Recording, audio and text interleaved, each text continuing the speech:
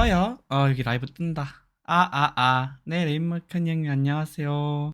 일단 이원다이그노미스는 저도 좀 공부를 해보고 KG 모빌리티 간단하게 말씀드릴게요. 저 일단은 매수에 대해서는 말씀을 못 드리는데, 제가 예를 들어서 모델 포트폴리오의 대유 AP 6회차 전환사채를 교체 매매를 안 했다라고 가정을 하면, 저는 그걸 전부 다 KG 모빌리티 첫째 날 다 풀로 매수한다라고 저는 모델 포트폴리오에다가 넣었을 거예요. 왜? 제 개인적으로는 그만큼 KG 모빌리티는 우리 그 올해 발행하는 것 중에 가장 매력적인 채권이기 때문입니다. 제 생각에. KG 모빌리티, 그래서 저는 제가 돈이 있다고 하면 풀로 청약을 들어갈 것 같고, 그 다음에 첫째 날에 그냥 쭉 매수할 거거든요. 근데 BW 같은 경우에 왜 처음에 매수하는 게 좋냐면, 워런트를 사기 위해서, 그러니까 KG 모빌리티의 워런트를 사기 위해서 기관들도 많이 청약을 들어와요. 근데 그 기관들은 우리 개인들처럼 막 다 살 수 있는 게 아니라, 편입을 할 수 있는 게 아니라 채권 북이라는 게 있어요. 그러면 그 채권 북에 적합한 종목만 채권을 담을 수 있거든. 근데 보통 BW를 발행하는 하이힐드 등급의 채권은 그 금융회사 기관들의 채권 북에 담을 수가 없어. 그러니까 어떻게 해야 돼요? 그럼 청약 들어간 다음에 첫날 무조건 다 매도해야 돼요. 왜? 걔네들은 워런트를 받으려고 들어온 거거든. 그러면은 첫날 기계적으로 다 매도를 한단 말이에요. 근데 그게 선이 8,000원 중반대, 예전에는 8,000원 후반대, 9,000원 초반대에 팔았는데, 지금은 금리가 워낙 높다 보니까 8,000원에서 8,500원대에도 기계적으로 다 팔아요. 그러면 어떻게 되겠어? 첫날 매물이 많으니까 첫날 가격 확 떨어졌다가, 그리고 나서 결국에 오르겠죠. 왜? 적정한 금리라는 게 있으니까. 수급 때문에 첫날에 확 내려갔다가 결국에 올라가는 시스템이라고. 그래서 만약에 내가 KG 모빌리티를 살 거다라고 하시는 분들은 첫날 웬만하면 사시는 게 좋아요. 아무튼 그거는 참고하시고, 사라 이게 아니라 어차피 살 사람이라면 첫날 사는 게 좋다 이런 뜻인 거고. 그런 걸 물어본 사람이 있어요. 제가 그 계산해 드릴게요. KG 모빌리티 첫날 사는데 적정한 가격이 얼마예요? 라고 물어보시는 분이 있거든요. 제가 그거는 어떻게 계산하는지 조금 봐드릴게요. 보통 어떻게 하면 되냐면은, 채권을 투자하고 싶어도 적정한 가격을 모르면 살 수가 없잖아. 그걸 어떻게 계산하면 되냐면은, 일단 KG 모빌리티 같은 경우에는요, 지금 일단 만기 보장 수익률이라고 해서 YTM 또는 뭐 풋옵션 할 때도 주니까 얘가 3%예요. 3%. 그럼 연 3% 준다는 거예요. 연 3%. 연 3%를 지급하는 건데, 얘네들이랑 비슷한 신용도의 채권들이 대부분 연 몇 프로에 거래되나를 봤더니 대략적으로 한 8%에서 10%예요. 근데 일단은 첫날 거래되는 거니까 10%라고 우리가 계산을 해보자고요. 근데 얘가 그러면은, 자, 여기서부터 중요한데, 3%를 지금 주는데 적정한 금리가 10%라고요. 그러면은 내가 매입할 때 매입 단가 기준으로 수익률을 10%로 안겨주는 그 가격이 적정한 가격이겠죠. 근데 그거를 되게 구체적으로 정확하게 구하려면 시간도 많이 들고 어려워. 그러면 여기서 제가 편하게 조금 지름길로 계산하는 방법을 알려드릴게. 자, 그러면은 여기서 일단 기본적으로 10,000원에 사도 여기 3%는 주잖아. 그러면 내가 몇 프로를 더 받아야 돼요? 연 7%를 더 받아야 돼. 그럼 10,000원에 7%면 얼마야? 700원이죠. 그러니까 대략적으로 그냥 계산하면, 그러면은 연 기준으로 700원은 더 받아야 된다고. 근데 얘가 조기 상환일이 언젠지를 봤더니 조기 상환이 2년이에요. 그러면 나는 연 700원을 더 받아야 되니까 2년이면 얼마를 더 받아야 돼? 1,400원을 더 받아야 된다고. 그래야 얼마가 나오는 거예요? 연 10%가 나오는 거예요. 그러면은 1,400원을 더 받으려면 내가 10,000원보다 1,400원 더 저렴하게 사면 되겠지.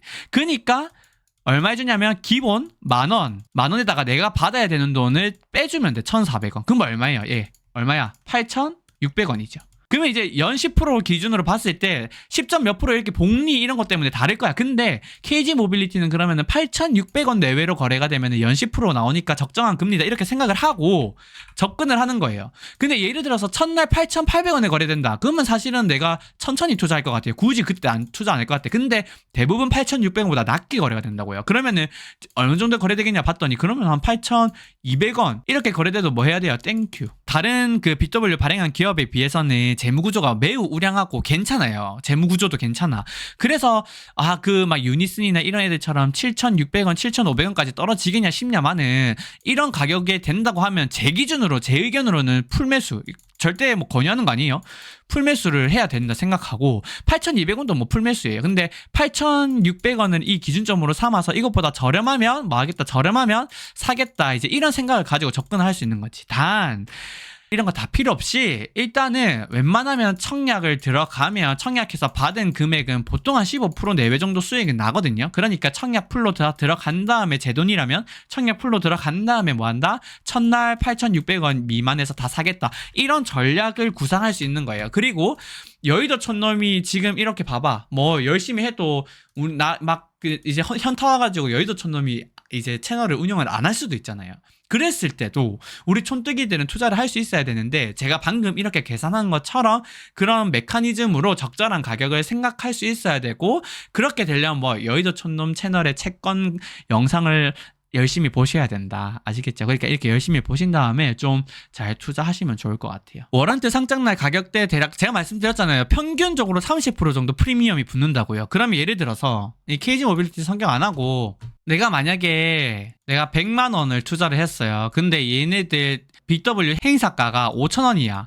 그러면은 내가 예를 들어서 100만 원을 받았다 그러면은 200주의 주식을 받잖아요. 200주. 근데 이 200주가 지금 여기에 30% 정도 돼야 된다고요. 그럼 얼마가 돼야 돼요? 30만 원 돼야 돼요. 30만 원. 그러면 30만 원. 그러면 얼마야? 그러면은 이거 30만 원 나누기 200 해주면 되잖아. 그럼 이렇게 없어지고 3,000 나누기 2 하면 얼마? 1,500원이잖아요. 이렇게 계산하면 돼요. 이게 편해 훨씬. 원래는 자, 내가 몰라서 그런 거 절대 아니에요. 그러면 또 괜히 막 이거 여의도 촌놈 이 멍청아 이러는데 몰라서 그런 게 아니라고. 나도 어렵게 알려주려면 어렵게 알려줄 수 있고 정통적으로 알려주려면 정통적으로 알려줄 수 있어 충분히. 근데 그냥 우리 촌뜨기들 개인 입장이고 그 뭐 전문가가 아니다 보니까 촌뜨기들 입장에서 말해주는 건데 방금처럼 알면 돼요. 알겠죠? 워런트 가격에 그냥 예상 이렇게 가늠하면. 근데 그러니까 그 1,500원보다 많이 저렴하게 팔면은 많이 저렴한데 조금 이따가 팔자 이렇게 하면 되고, 1,500원보다 많이 비싸게 보통 거래가 돼요. 그러면은 많이 비싸게 거래되면은 그때 팔면 돼. 첫날 딱 거래되고 10분 정도 기다렸다가 팔면 그게 보통 고점이야. 아무튼 보통 경험치로는 그래요. 근데 이 워런트라고 하는 거 있잖아요. 워런트. 아니 오늘이 기준이고 오늘 기준으로 해서 내일 공시할걸요? 아무튼 자, 그러면은 여기서 어떻게 하면 워런트라고 하는 거네. 워런트는요, 여기 뭐냐면 내재 가치 더하기 시간 가치라고 해서 밸류가 확정이 돼요. 알겠죠? 내재 가치는 쉬워. 내재 가치 같은 경우에는 뭐냐면은 현재 주가가 있을 거고 주가에서 행사가를 빼면 돼요. 그러면 주가가 많이 높으면 행사가보다 높을 거니까 얘가 플러스가 되는 건데, 만약에 행사가가 그러니까 주가가 더 낮아. 그러면 음액값은 가지지 않아요. 그러니까 정확하게 말하면 맥스 0 또는 주가 빼기 행사가, 이걸로 일단은 내재 가치가 결정이 됐죠. 내재 가치가 이렇게 결정이 되고, 시간 가치는 어떻게 계산하냐면은 XE-RT라는 게 있어요. 이건 뭐야? 행사가. 이거는 이제 옵션 가치, 옵션 가격이, 와 이거 바로 나오네. 옵션 가격 그러니까 가치를 구하는 공식인데, 이거는 연속복리 익스포넨셜이라고. 이게 그냥 아무튼 우리가 식을 구하는데 이 식을 쓰는 게 있어, 수학적으로. 그러면 익스포넨셜하고 마이너스 R이 금리, 그 다음에 t가 뭐예요? 시간. 이렇게 해가지고 구하는 식이 있어. 그러면 여기에 XE 근데 변동성도 있어야 되는데 변동성 어디 갔지? 변동성 곱하기 XE 마이너스 RT다. 그럼 이 변동성 같은 경우에도 그러면은 그 증권신고서에 변동성 해가지고 계산되어 있는 게 있어. 이걸로 계산하는데 사실은 이걸로 계산하나 제가 전자로 계산하나 거의 똑같아요. 그러니까 그냥 제가 말씀드린 대로 계산하면 된다. 아시겠죠?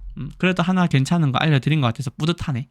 일단 아스트도 지금 문제가 좀 돼가지고 원래 아무 생각 없던 사람들도 반대 의견 좀 적극적으로 표출하려고 공탁 다 하는 것 같아요. 제 주변에도 매니저분들 중에 아스트 가지고 있는 매니저분들은 다 이제 공탁 절차 밟더라고요. 그래서 확실히 좀 뭔가 아스트 같은 경우에는 변동성도 많이 커진 것 같은데, 뭐 다 공개는 안 됐지만 여전히 아스트는 지금 문제가 될 수 있는 잠재적인 것들이 많아서 저는 여전히 전액 다 상한을 충분히 채권자가 유리한 조건으로 받을 수 있을 거라고 생각을 하고 있고, 그리고 이제 저희가 CJ/CGV 좀 제가 깊게 분석해야 돼가지고 이제 이번 주 월, 화, 수, 목, 금 아마 CJ/CGV 좀 깊게 계속해서 볼 것 같은데, 그 유증하면서 뭐 아무튼 구주주들한테는 되게 불리하게 됐지만 결국 유상증자 하면서 재무제표는 어마무시하게 또 괜찮아졌더라고요. 그래서 당분간 또 위험이 없을 것 같아요.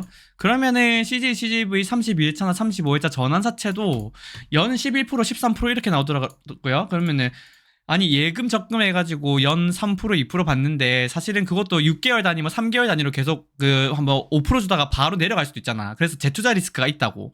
근데 채권 같은 경우에는 일단 3년 동안은 연 11%면 33% 정도 수익이 나오잖아요. 그래서 현금 예금이나 적금에 묵혀두지 않고 채권에 투자하는 게 훨씬 더 매력적이지 않나. 저는 항상 지금 뭐 계속 이런 생각을 가지고 있는데 예금자 보호 리스크가 0인 점이 큰 것 같아요. 맞죠?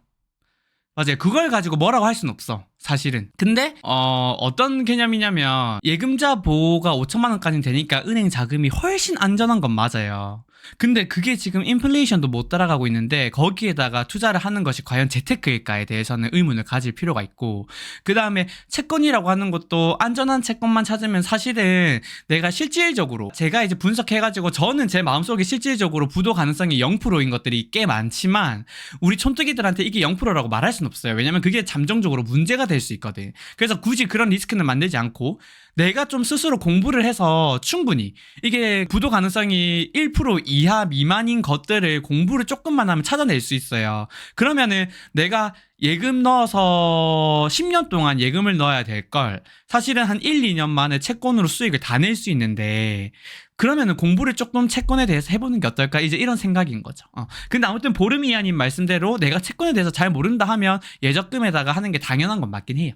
그러니까 저는 잘 모르는데 채권에 다 투자해라 이게 아니라 조금 그러니까 그런 채권에 대한 매력도가 확실히 있으니까 예적금 하시는 분들은 공부를 조금 채권에다가 해보셔라, 이제 이런 뉘앙스로 말씀드리는 거예요. 부동산 리츠여서 큰 문제 없을 것 같아서. 근데 사실은 그 안에 있는 알짜 자산이 어떤 자산인지 저도 모르기 때문에 뭔가 말씀드리기는 조심스럽지만, 지금 시장 분위기에서 가장 위험하다라는 섹터가 부동산이랑 부동산 PF 이쪽이에요. 그래서 부동산 PF 쪽이다 보니까 건설사, 카드 회사나 이런 이제 비은행 금융채 이런 것들이 되게 위험하다고 지금 거론되고 있어요. 그만큼 위험한 섹터는 맞는데, 특히 또 해외 부동산, 국내 부동산 가리지 않고 위험한데 그 중에서도 해외 부동산이 지금 이게 수면 위로 안 올라와서 그렇지 엄청 지금 그냥 예정돼 있는 게 엄청 많거든요. 터질 게 예정돼 있는 게. 그래서 사실은 부동산 자체가 그 리츠 안에 어떤 자산이 있는지 그게 정말 100% 완전 알짜 자산이 아닌 이상은 투자를 조금 조심하시는 게 어떨까 이런 생각은 하고 있어요. 사실 보험도 위험해요. 보험? 근데 보험은 상대적으로 덜 위험하죠. 오히려 보험사보다는 증권사, 그 다음에 카드사 이런 것들이 많이 위험해요. 카드사, 캐피탈사, 저축은행 이런 애들 이거 좀 많이 위험해요. 지금 이게 어쩔 수 없어요. 지금 거론되고 있는 PF나 이게 부동산 부실은 다 그 금융 그쪽이랑 연결이 돼 있다 보니까 어쩔 수 없어요. 은행 같은 경우에는 대마불사라고 결국에는 살아날 거거든요. 그래서 우리 시중은행 완전 원티어 은행 같은 경우에는 크게 걱정 안 하셔도 되고, 제가 그 예전에 크레딧 스위스였나요? 신종자본증권 상각 이슈 관련해가지고도 국내 신종자본증권이랑 비교해드렸거든요. 그래서 그 해외 유럽이나 이런 데서 발행하는 신종자본증권보다 우리나라 성격의 신종자본증권이 훨씬 더 안전해요. 그러니까 그런 사태에 대해서 걱정하실 필요는 전혀 없고, 우리나라 은행에 신종자본증권을 투자하는데 걔네들은 충분히 안전하다고 생각하셔도 됩니다. 다만 그 비은행 금융채는 정말 조심하셔야 돼요. 저축은행은 사실 1등부터 5등까지 전부 다 지금 뭐 문제가 된다고 거론되고 있는 상황이기 때문에 뭐 빵빵하고 이런 거 상관없이 저축은행은 지금 조심하셔야 돼요. 캐피탈 같은 경우에도 만만치 않거든요. 그래서 뭐 카드 연체율도 그렇고, 캐피탈사 같은 경우에는 그러니까 카드사도 그렇고, 그다음에 캐피탈사 같은 경우에도 지금 투자해놓은 것 자체가 문제되는 것들이 워낙 많다 보니까 웬만하면 조심하셔야 돼요. 한국캐피탈 이 정도 괜찮아요. 한국캐피탈은 사실은 정부 성격이에요. 최대 주주를 보면은 군인공제 같은 느낌이라서 정부 성격이거든요. 그래서 한캐는 망하지가 않아. 근데 한캐를 제외한 모든 그냥 특이 이슈가 없는 그런 캐피탈사 빼고 일반적인 캐피탈사는 다 조심하셔야 됩니다.